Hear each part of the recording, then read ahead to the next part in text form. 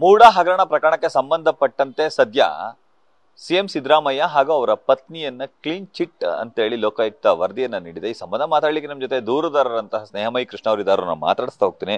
Sir, ಮುಖ್ಯಮಂತ್ರಿ ಹಾಗೂ ಅವರ ಪತ್ನಿಯನ್ನ ಈ ಪ್ರಕರಣದಲ್ಲಿ ಕ್ಲೀನ್ ಚಿಟ್ ನೀಡಿರೋದು ಲೋಕಾಯುಕ್ತ, ನಿಮ್ಮ ಪ್ರತಿಕ್ರಿಯೆ ಸರ್? ಸರ್, ನನಗೆ ಇದರ ಬಗ್ಗೆ ಅಧಿಕೃತ ಮಾಹಿತಿ ಲಭ್ಯ ಇಲ್ಲ. ನಂಗೆ ಮಾಧ್ಯಮ ಮೂಲಕ ತಿಳಿದು ಬಂದಿದೆ. ಸಿದ್ದರಾಮಯ್ಯ ಮತ್ತು ಅವ್ರ ಪತ್ನಿ ವಿರುದ್ಧ ನಾನು ಏನೋ ಆರೋಪ ಮಾಡಿದೆ, ಅದು ಸುಳ್ಳು ಅಂತೇಳಿ ವರದಿ ಸಿದ್ಧಪಡಿಸಿದ್ರು ಅಂತೇಳಿ. ಸೊ ಆ ರೀತಿ ನಿಜವಾಗ್ಲೂ ವರದಿ ಸಿದ್ಧಪಡಿಸಿದ್ರೆ ನನಗೆ ಹೆಚ್ಚಿನ ಅನುಕೂಲ ಆಗುತ್ತೆ ಹೊರತು ಸೊ ನನಗೇನು ತೊಂದರೆ ಆಗಲ್ಲ. ಯಾಕೆ ಅಂತ ಹೇಳಿದ್ರೆ ಈಗಾಗಲೇ ಸಾಕಷ್ಟು ಅನುಮಾನ ವ್ಯಕ್ತಪಡಿಸಿ, ಅಂದರೆ ಲೋಕಾಯುಕ್ತ ಅಧಿಕಾರಿಗಳು ರಾಜ್ಯ ಸರ್ಕಾರದ ವ್ಯಾಪ್ತಿಗೆ ಒಳಪಡೋದ್ರಿಂದ ಮತ್ತು ಮುಖ್ಯಮಂತ್ರಿಗಳೇ ಮೊದಲನೇ ಆರೋಪ ಆಗಿರೋದ್ರಿಂದ ಅವ್ರ ವಿರುದ್ಧವಾಗಿ ವರದಿನ ಸಲ್ಲಿಸಲ್ಲ, ಸುಳ್ಳು ವರದಿ ಅಥವಾ ತಪ್ಪು ವರದಿ ಸಲ್ಲಿಸಲ್ಲ ಅಂತೇಳಿ ಈಗಾಗಲೇ ಅನುಮಾನ ಆಯಿತು. ಸೊ ಈ ಕಾರಣದಲ್ಲೇ ಈ ಪ್ರಕರಣ CBIಗೆ ವಹಿಸಬೇಕು ಅಂತೇಳಿ ನಾವು ಮಾನ್ಯ ನ್ಯಾಯಾಲಯಕ್ಕೆ ಅರ್ಜಿಯನ್ನು ಸಲ್ಲಿಸಿರೋಂಥದ್ದು. ಸೊ ಈಗ ಮಾಧ್ಯಮ ಮೂಲಕ ಬಂದಿರೋ ಪ್ರಕಾರ ಸೊ ಅವರೇನಾದ್ರು ಆ ಥರ ಕ್ಲೀನ್ ಚಿಟ್ ವರದಿಯನ್ನು ಕೊಟ್ಟಿದ್ರೆ ಮಾನ್ಯ ನ್ಯಾಯಾಲಯ ಅದನ್ನು ಗಂಭೀರವಾಗಿ ಪರಿಗಣಿಸಿ ಈ ಪ್ರಕರಣ CBIಗೆ ವಹಿಸುವಂಥ ಒಂದು ಸೂಕ್ತ ಆದೇಶ ಮಾಡ್ತಾರೆ ನಿರೀಕ್ಷೆ ನಮಗಿದೆ. ಸರ್, ಆರಂಭದಿಂದಲೂ ಕೂಡ ಅನುಮಾನ ವ್ಯಕ್ತಪಡಿಸಿದ್ರಿ, ಅವರ ಪತ್ನಿಯವ್ರ ವಿಚಾರದಲ್ಲೂ ಕೂಡ ಸಾಕಷ್ಟು ಅನುಮಾನ ವ್ಯಕ್ತಪಡಿಸಿದ್ರಿ, ಅಂದರೆ ವಿಚಾರಣೆ ಮಾಡಿಲ್ಲ ಅನ್ನೋ ಥರದಲ್ಲಿ. ಸರ್, ಈಗ ನಿಮ್ಮ ಆರೋಪಗಳಿಗೆ ಪುಷ್ಟಿ ಸಿಗ್ತಿದೆ ಅಂತ ಅನಿಸ್ತಿದೆ, ಹೇಗೆ ಸರ್? Sir, ಖಂಡಿತವಲ್ಲ sir. ಈಗ ಆರಂಭದಲ್ಲೂ ಕೂಡ ಈ ಲೋಕಾಯುಕ್ತ ಅಧಿಕಾರಿಗಳ ವರ್ತನೆಯನ್ನು ಗಮನಿಸಿದಾಗ ಸಾಕಷ್ಟು ಅನುಮಾನಗಳು ಬಂದಿತ್ತು. ಸೊ ಆ ಅನುಮಾನಗಳ ಪೂರಕವಾಗಿ ಈಗ ಈ ರೀತಿ ವರದಿ ಸಲ್ಲಿಸ್ತಾ ಇದ್ದಾರೆ ಅನ್ನೋ ವಿಷಯ ತಿಳಿದು ಬಂದಿದೆ. ಸೊ ಇದೆಲ್ಲ ನೋಡಿದಾಗ ನಾನೇನು ಆರೋಪ ಮಾಡಿದ್ದೆ ಅದು ನಿಜ ಅಂತೇಳಿ ಸಾಬೀತಾಗ್ತದೆ. ಮತ್ತು ಈಗಾಗಲೇ ಹೇಳಿದಂತೆ ನಮಗೆ ಒಂದು ರೀತಿ ಅನುಕೂಲ ಮಾಡಿಕೊಡ್ತಾರೆ. ಈ ಪ್ರಕರಣ CBI ವಹಿಸೋದಕ್ಕೆ ನಮಗೊಂದು ಬಲವಾದ ಸಾಕ್ಷಿಗಳನ್ನು ಕೊಟ್ಟಿದ್ದಾರೆ ಅಂತ ಹೇಳ್ಬೋದು. ಬಟ್ ಅಧಿಕಾರಿಗಳು ತಪ್ಪಿಸಗಿದ್ದಾರೆ ಅಂತಾರೆ ಸರ್. ಬಟ್ ಹಿಂದಿನ ಆಯುಕ್ತರುಗಳು ಯಾರ ಮೇಲೂ ಕ್ರಮನೂ ಆಗಿಲ್ಲ ಸರ್. ಅಧಿಕಾರಿಗಳು ತಪ್ಪಿಸಗಿದ್ದಾರೆ ಅಂತ ಹೇಳ್ತಾರೆ, ಆದರೆ ಯಾವ ವಿಚಾರದಲ್ಲಿ ತಪ್ಪಿಸಗಿದ್ದಾರೆ? ಸಿದ್ದರಾಮಯ್ಯರ ಕುಟುಂಬದ ಜಮೀನಿಗೆ ಸಂಬಂಧಪಟ್ಟ ತಪ್ಪಿಸಗಿದ್ದಾರೆ ಅಂತ ಹೇಳ್ತಾ ಇದ್ದಾರೆ. ಸೊ ಬೇರೆ ಯಾರದೇ ಜಮೀನು ವಿಚಾರದಲ್ಲಿ ಈ ರೀತಿ ಎಸಗದ ಅಧಿಕಾರಿಗಳು ಸೊ ಇವರ ಒಂದು ವಿಚಾರದಲ್ಲಿ ಎಸಗಿದ್ದಾರೆ ಅಂದರೆ ಸೊ ಅಲ್ಲಿ ಪ್ರಭಾವ ಬೇರಿದೆ ಅಂತ ಸ್ಪಷ್ಟವಾಗಿ ಗೊತ್ತಾಗುತ್ತೆ.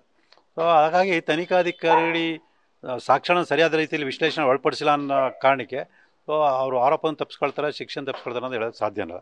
ಸೊ ನಾವು ಮಾನ್ಯ ನ್ಯಾಯಾಲಯಕ್ಕೆ ಅದೆಲ್ಲ ಒಂದು ಸಾಕ್ಷರಣ ಕೊಟ್ಟು ಮನವರಿಕೆ ಮಾಡಿಕೊಂಡಾಗ ಮಾನ್ಯ ನ್ಯಾಯಾಲಯ ನಮ್ಮ ಅರ್ಜಿಯನ್ನು ಪುರಸ್ಕರಿಸಿದ ವಿಶ್ವಾಸ ನಮಗಿದೆ. ಸರ್, ಈಗ 25ನೇ ತಾರೀಕು ಲೋಕಾಯುಕ್ತ ವರದಿ ಸಲ್ಲಿಸಲೇಬೇಕು ಮತ್ತು 27ಕ್ಕೆ ರಿಸಲ್ಟ್ ಇದೆ, ಅಂದರೆ ಅವತ್ತು CBIಗೆ ವಹಿಸ್ಬೇಕಾ ಬೇಡವಾ ಅನ್ನೋ ತೀರ್ಪು.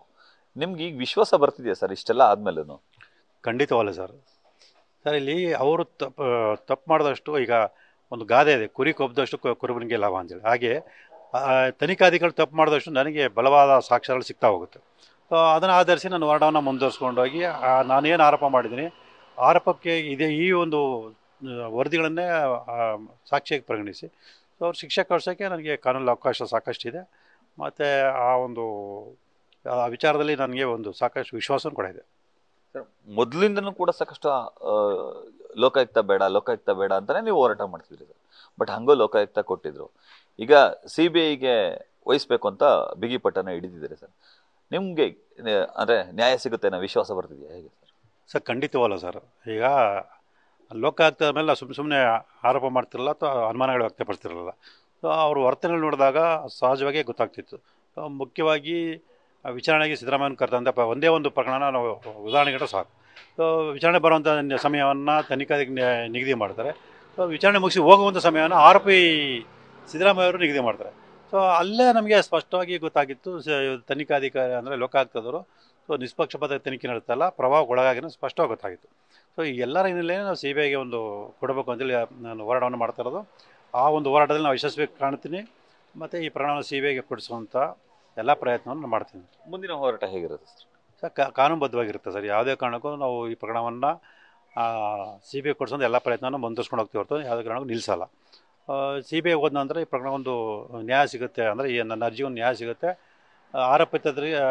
ಆರೋಪಿತರಿಗೆ ಶಿಕ್ಷೆ ಆಗುತ್ತೆ ಅನ್ನೋ ವಿಶ್ವಾಸ ನನಗಿದೆ. ಲೋಕಾಯುಕ್ತ ವಿರುದ್ಧ ಏನಾದ್ರು ಮತ್ತೆ ಹೋರಾಟ ಏನೋ ಮಾಡ್ತೀರಾ, ಹೇಗೆ ಸರ್? ಹೌದು ಸರ್. ಈಗ ನಾನು ಸಾಕಷ್ಟು ಸಾಕ್ಷರಣ ಸಮೇತ ಸಾಕಷ್ಟು ಮನವಿ ಪತ್ರಗಳನ್ನು ಇಟ್ಟಿದ್ದೀನಿ. ಸೊ ಅದು ಯಾವುದನ್ನು ಪರಿಗಣಿಸಿದೆ ಅವರು ತಮ್ಮ ಕರ್ತವ್ಯಕ್ಕೆ ವಿರುದ್ಧವಾಗಿ ನಡ್ಕೊಂಡು ಸುಳ್ಳು ವರದಿಯನ್ನು ಸಲ್ಲಿಸಿದರೆ ಸೊ ಅವ್ರ ವಿರುದ್ಧನೂ ಕೂಡ ಕ್ರಮ ತಗೊಳ್ಳೋದಕ್ಕೆ ನನ್ನ ಕಾನೂನಲ್ಲಿ ಅವಕಾಶ ಇದೆ. ಸೊ ಆ ಒಂದು ನಿಟ್ಟಿನಲ್ಲಿ ನನ್ನ ಅರ್ಜಿಯನ್ನು ಆಧರಿಸಿ ಸುಳ್ಳು ವರದಿ ಸಲ್ಲಿಸಿದರೆ ಆ ತನಿಖಾಧಿಕಾರಿ ವಿರುದ್ಧ ಕೂಡ ನಾನು ಕಾನೂನು ಕ್ರಮವನ್ನು ಮುಂದುವರಿಸ್ಕೊಂಡು ಹೋಗ್ತೀನಿ. Thank you sir. ಇದಿಷ್ಟು ದೂರುದಾರರಂತಹ ಸ್ನೇಹಮಯಿ ಕೃಷ್ಣ ಅವರ ಮಾತುಗಳು. ಕ್ಯಾಮ್ರಾಮನ್ ವಿನಯ್ ಜೊತೆ Ravi Bandavapura, news first, Mysuru. News first, ನಿರ್ಭೀತಿಯಿಂದ ನಿಮ್ಮ ಪರವಾಗಿ.